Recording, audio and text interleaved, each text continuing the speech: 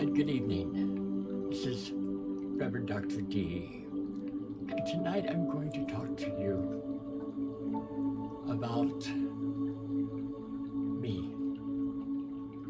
I'm going to be more vulnerable publicly than I've ever been in my life. The title of this talk is Looking for a Place to Belong. Have you ever looked for a place to belong because you felt like you never belonged? And you tried, and the more you tried, the more unsuccessful you were. Over 40 years ago, maybe closer to 50, this painting, both of these are me, had this painting done to represent both sides of me. And about 25 years ago, I started writing this book called Looking for a Place to Belong. And I'm just now going to be completing it, because just now am I able emotionally to tell the truth completely. Because sometimes the pain of the past is so hurtful, difficult, that we try to cover it up with layers and layers of, we learn how to smile, we learn how to plow through it. A place to belong. Do you know, before I was born, my mother and father were at the lake. And my mother was pregnant with me, and my father threw a snake at her. And she said, "Don't do that. I might lose this baby." And his reply was, "I don't want this baby anyway." Right after I was born, my mother left me at the hospital when I was born and left. I've known from the very beginning of coming to this world that I was on my own. I was on my own without any support system. When I left the hospital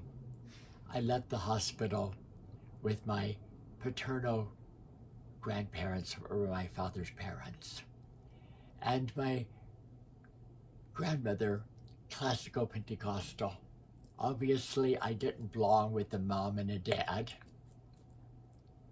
So maybe I belonged with the grandmother in the Pentecostal. She used to sing in the big tent revivals and play her guitar with her quartet. And I would be in a bassinet on the front row, and I remember seeing Oral Roberts come out in a folding chair in his white shirt, sleeves rolled up, and he would lay hands on people and simply say, "Heal, heal." I didn't belong there. I was maybe close to two, and I had a little African-American girlfriend. My name was Stephen at the time, and she wanted me to meet her mama. So she took me to meet her mama, and she says, "Mama, this is my girlfriend Stevie. She just looks like a boy." What did she know at that young age that I didn't know? What energy was she picking up that I had no clue? And about the age of 2, maybe going on 3, maybe 3, my mother came and got me. I'm not sure of the reasons why, and I came to Southern California to live with her in the back room of a bar, where she managed the bar. And after the bar would close at night, she entertained her men friends for money and favors. You know what I'm talking about. And I would wash the glasses of the patrons, but I would drink them, drinks that were left over. And for years, I thought I just crawled up on this little bowling machine and went to sleep. But what I now know is that I got on that little bowling machine and I passed out every night. I was drunk. And one night, I didn't belong in that bar. Still looking for a place to belong. Still looking for somebody to say to me these words, I love you, which are very powerful words that I never heard. And one night, in the middle of the night, my mother disappeared. Now, we lived in the back room of a bar. I slept on beer kegs, and I had taken beer boxes, and I had traced my foot around the beer boxes to make because my shoes had holes in them, to make sure that the water didn't get into my shoes. But one night, she disappeared.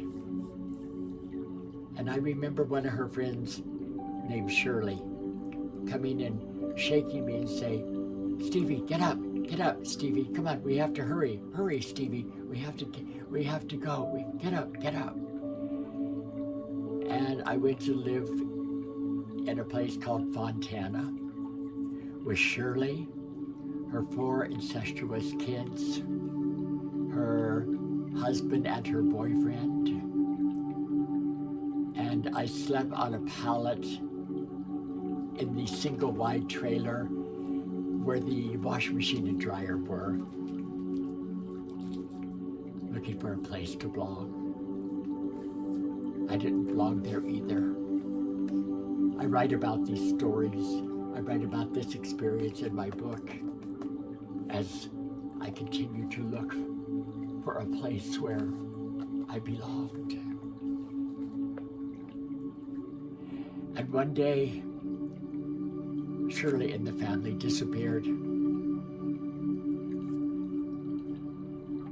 And by this time, there had been such abuse that had happened in my life that I had started to withdraw and quit speaking. In fact, to back up a little bit, when I was still with my mother, there was a time that she locked me in the closet and went away for the weekend or a few days with some of her friends. And I remember I had peanut butter sandwiches and I had this little pot that I could go to the bathroom in. And I was in there and I remember crying. And I remember having my imaginary friend. It was an imaginary girlfriend, and she would say, Stevie, don't cry. I'm always here with you. Don't cry. You're going to be okay. And there was something about the warmth of me having my friend there, even though she was imaginary, that brought comfort to me. So, living with Shirley and her family, and they disappeared. I don't know whether it was a week or whether it was how long it was exactly, but there was a knock at the door, and it was George and his girlfriend or wife. They were coming to say goodbye to Shirley and the family, and they weren't there. And they said, I said, gone. I was only speaking maybe one word by then, if even one word sometimes. They were moving to Oregon. So the lady says, well, George, we can't leave him here. Let's take him with us. So they put me in their car and they took me to Oregon. I remember where we were because we pulled in at night, and the light across this town, one of the lights had burned out. It said, it was Grants Pass, Oregon, but it said Grants Ass because the P was burned out. So I remember that the lady went to enroll me in school, and she said, this is our son, George Jr. He's a little slow, if you know what I mean. See, back in those days, you didn't have to prove who your kids were. It wasn't like today. but he's a little slow, if you know what I mean. So school had already started, and we walked into the class, and the teacher put me to the back of the class. Nobody knew that I needed glasses and I couldn't see the board. And I had quit speaking by this time. So I sat in the class, and of course the kids shunned me and used names like retard and other unkind names. Recess, whatever, I didn't have playmates. Most of my life I've learned how to be alone. I know how to be alone more than I know how to be with somebody, because I've always looked for a place where I belonged. And for the next 5, 6, 7 years, they were marked with silence and abuse. And I don't know quite how it came to be, but I finally ended up back at my grandparents' in Northern California. Pentecostal, the women wore no makeup, danced in the aisles, spoke in tongues. And I remember finding a transistor radio, you know, the white kind with orange, and had it on, and I was dancing to it, and my grandma came in and she pushed me on the floor, hardwood floor, and she straddled me and started speaking in tongues, and they were trying to cast the demon of dance out of me. Not only did I have the deaf and dumb demon, but I now had the demon of dance in me. Moving further, there was a time that I had to be taught how to speak once again. Sometimes people will say, occasionally, well, you have a strange way of speaking. That might be true, because I had to learn how to speak all over again. My grandparents wanted me to be in the ministry. I went to Bible college. The dean of the Bible college says, you'll never make it in the ministry. You're too colorful. Looking for a place to belong. I didn't belong there. I was too colorful. But I became a minister, and a successful minister, TV minister, you know, where people controlled what I did, what I said, controlled where I lived, booked the hotel rooms, booked the crusades, and I just walked out on stage and did whatever my thing was. And I didn't belong there. As a gospel singer, I didn't belong there. And I became a associate minister of a large church, and traveled as a minister in these groups with John Osteen, Joel Osteen's dad, and entered into an arranged marriage because people thought I was gay. I didn't even know what gay was. I was so fragmented, so non-existent, so shut down. All I knew was how to perform as a religious wind-up doll. So I married a beautiful girl. I learned how to eat from the outside in, very wealthy family. Learned about Fostoria crystal and Haviland china. Learned about all the proper things. But I didn't belong in that marriage. I tried to get out of that marriage. I remember being in her parents' basement the night before the wedding.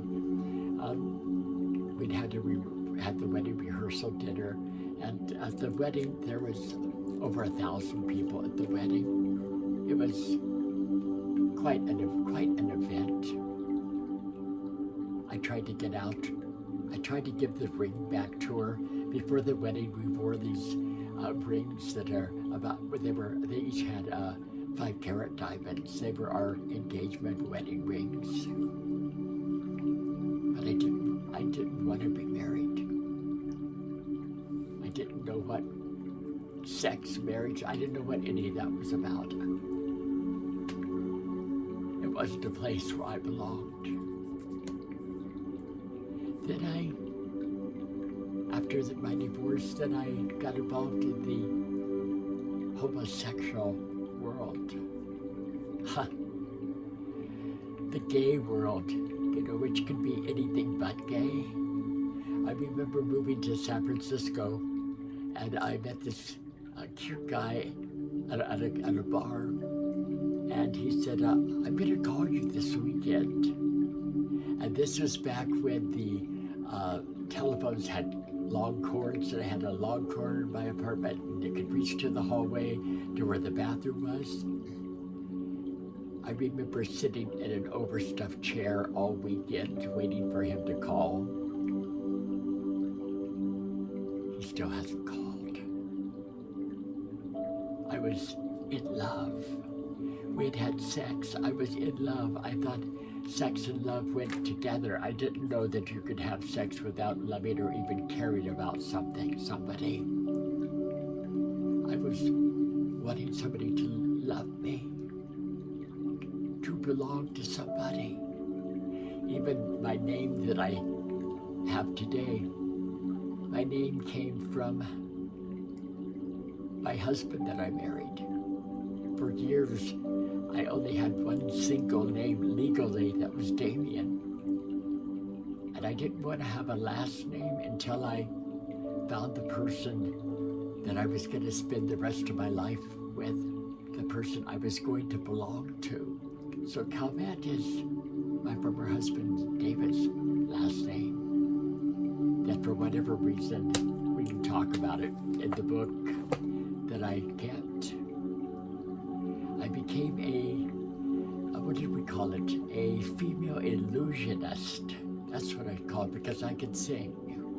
Not a drag personality, but a female illusionist. And started entertaining and booking shows and being on stage. And I loved being on stage because there was a part of me that I was expressing that I couldn't express before, and I kind of belonged there, but I didn't belong there really either. And in my mid-30s, I hurt so bad, emotionally. I decided I needed to get off the planet. I decided that suicide was the only way that I knew to get off the planet. And of course, my suicide attempt didn't take. And I ended up in therapy, and I was diagnosed with what is called dissociative identity disorder. A long name. Because I was splitting off into different people. The female impersonation illusionist, that was the girlfriend I had, that we were in the closet. We were locked in the closet. That was her presenting herself. That was the glamorous, sophisticated.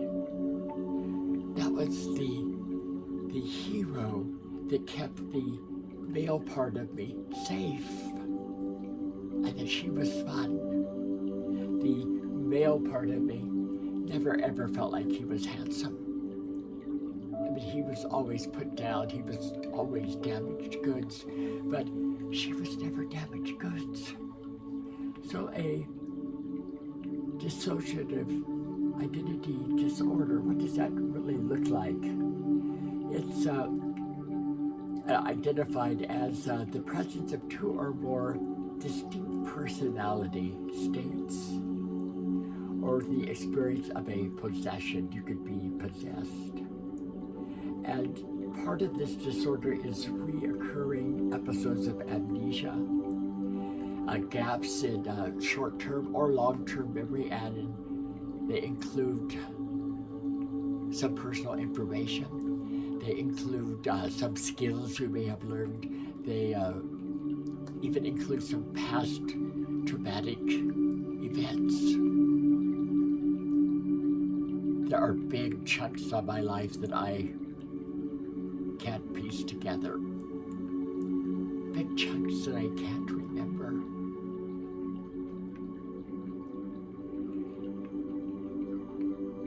Things that were so hurtful. Some of you know what I'm talking about. So, my life was marked by self-harm, thinking of suicide every single day and then tried it. Extreme shifts in my mood. Depression. You know, you can be depressed and wear a smile. Anxiety. Insomnia. I don't sleep today. People that have been with me, they say, you never sleep. I have problems sleeping today. It's marked by flashbacks. Sometimes something will happen and I have a flashback of something happening. Now, I mentioned amnesia. I was living in Northern California. I was living in Santa Cruz. I was in my 20s. I had finished college. And I call it spirit because I try to lean into a power greater than myself. That is my source, not a religiosity, but a real energetic creator source. And I felt this intuitiveness to get in my car and drive to Southern California. Now, I'm not asking you to pick my story apart or even make it right or wrong. I'm telling you my experience. You know, you may have already said, well, how could you know that your father threw a snake at your mother when you were in the womb? I was there. And I ended up verifying it was with my grandmother when I was in my 30s. I had thought of it so many times in my life. So, flashbacks. I felt like I was supposed to come, and I drove to Torrance, of all places. And I sat and I did a meditation. And as I did the meditation, I felt the word Blodgett come into my mind, and I did a GPS. I found it where Blodgett was. Drove to Blodgett Street, and it was a residential area. And as I drove to Blodgett Street, I drove over to a area that obviously had homes there, and it had been bulldozed, and they were rebuilding something else, and there were these mounds of dirt. And I walked over and I crawled over the fence, and in crawling over the fence, I started jumping up and down on the mounds of dirt. And I remember like it was yesterday, I said, you tried to kill me. You tried to kill me, but I'm still here. I'm still here. And that was the house that my mother's mother, Grandma Mary, who was a greasy woman that sat in her moo-moo, She sat in the corner, and there was a door from the garage coming in and a door to the outside, a sliding door on the other side. And they would drink and they would throw their beer cans in the swimming pool. There was no water, and it was overflowing with beer cans, and the garage was overflowing. And her boyfriend or husband, whatever, was a younger man named Johnny. Greasy hair, nasty. The flashback came, and the abuse that I suffered sexually, physically at the hand of that monster all came into play. I had lived with them for some reason at a short time, looking for a place that I could maybe belong, that somebody would love me. I know what it's like to drink. I know what it's like to abuse drugs, alcohol. I know what it's like to be homeless and looking for a place to belong, even out on the street, and not finding a place.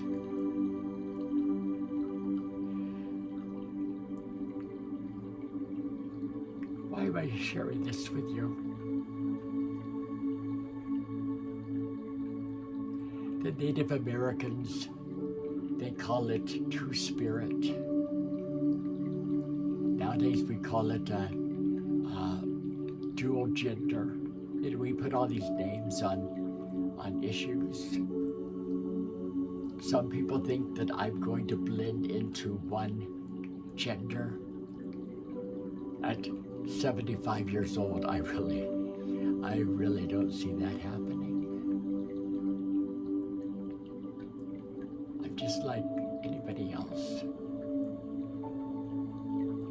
I want to be loved. Oh yes, I fell in love with somebody. Head over heels. An addict.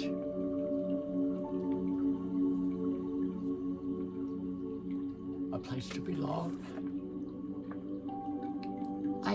I don't belong in a world of addiction. I don't belong in a world of religion. I don't belong in a world that has labels. But I have come to learn, and I'm still learning, that the place to belong is from me, from the inside out. And as I begin to live and find out what my authentic self is, and live that authentic self in kindness,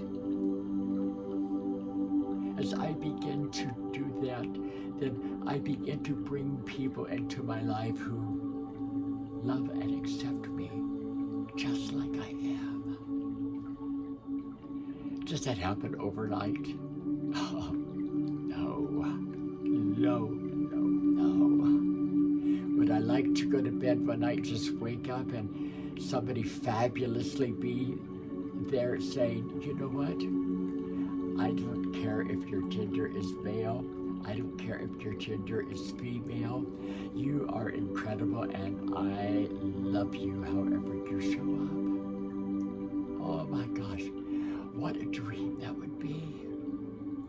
What a miracle that would be. To have somebody just say, I love you, period. Not in spite of, not because of. So I want to close this with this as I'm sharing this tonight.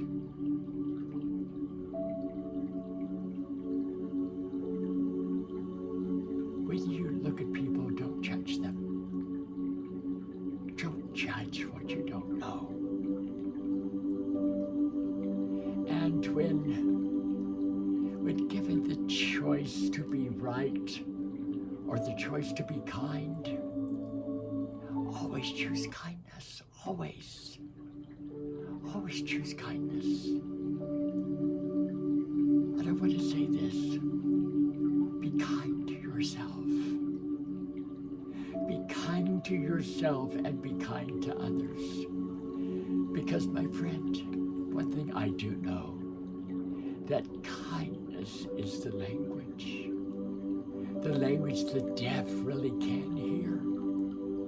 And kindness, kindness. Kindness is a language that the blind really can see. So whatever's going on in your life,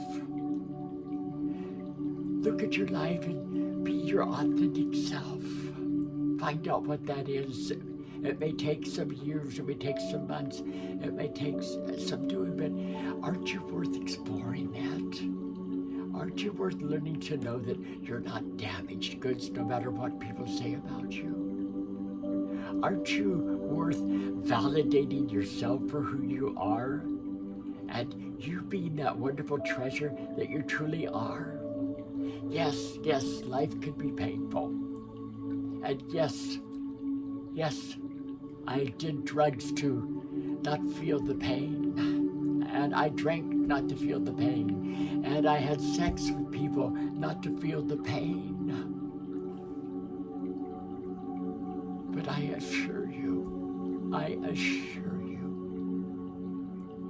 once you can find who you are and begin to live who you are, the big self, not the ego self. The ego self is a small s edge got out, but the authentic self that's hooked to Creator and to Source and to kindness and to goodness and to joy and to peace and yes, to love, that you will create that magnificent life, that miracle life, that life of peace that all of us long for. Next week is Coming Out Week. On October 11th, I'm going to be doing a segment on coming out next week, which will be kind of a second part to this series of looking for a place to belong. When do I have this out? I started writing this like 25 years ago, but I didn't want to be vulnerable enough to tell the whole truth. Because, if we're vulnerable, then our ego says, oh, well, people won't like you when you tell the truth about HIV, when you tell the truth about all the different things I've talked about. You want people to like you. I want to like myself. And I want to love myself. And I want to appreciate myself. That's where I'm at right now. So I'll see you next Thursday for the next segment of this. Remember, be kind to yourself and be kind